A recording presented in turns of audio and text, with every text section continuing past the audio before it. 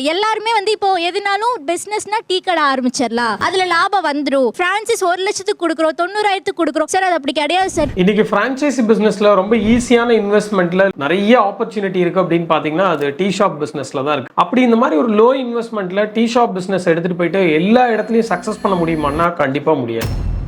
ஏன்னா tea shop coffee shop அப்படின்றது ஒரு காமன் மேன் ப்ராடக்ட் மாதிரி. அப்போ வந்து அந்த லொகேஷன் வந்து ரொம்ப இம்பார்ட்டண்டா இருக்கும். லொகேஷன் ஆப்டா இல்லை அப்படின்னா அந்த இடத்துல சக்சஸ் பண்றது ரொம்பவே டஃபா இருக்கும். நீங்க என்ன மாதிரியான ப்ராடக்ட் கொடுக்க போறீங்க, என்ன பிரைஸ்ல கொடுக்க போறீங்க, அந்த சரௌண்டிங்ஸ்ல என்ன மாதிரியான டார்கெட் ஆடியன்ஸ் இருக்காங்க, அது ரொம்ப கரெக்டா பார்க்கணும். மூணாவது விஷயம் காம்படிஷன். இன்னைக்கு எந்த ஒரு ஸ்ட்ரீட் எடுத்தாலும் அதுல ஒரு 10 டீ கடை இருக்கு. அது பிராண்டடா 5 இருக்கு அப்படின்னா அன்பிராண்டடா 4ல இருந்து 5 கடை இருக்கு. அப்போ ஒரு கிலோமீட்டருக்குள்ள ஒரு 15 கடை 20 கடை இருக்கு அப்படின்னா அங்க என்ன மார்க்கெட் ஷேரை நீங்க போய் எடுக்க போறீங்க? அங்க ஆல்ரெடி ஒரு 10 கடை இருக்கு. 11ஆவது ஒரு கடையை நீங்க போய் ஒரு 10க்கு 10ல போட்டுட்டு நான் ஒரு 5 லட்சம் ரூபாயில ஒரு பிரான்சைஸ் மாடல் எடுத்துட்டு போயிட்டு நான் சக்சஸ் பண்ணிடுவேன்னா வாய்ப்பு ரொம்ப ரொம்ப குறையும்.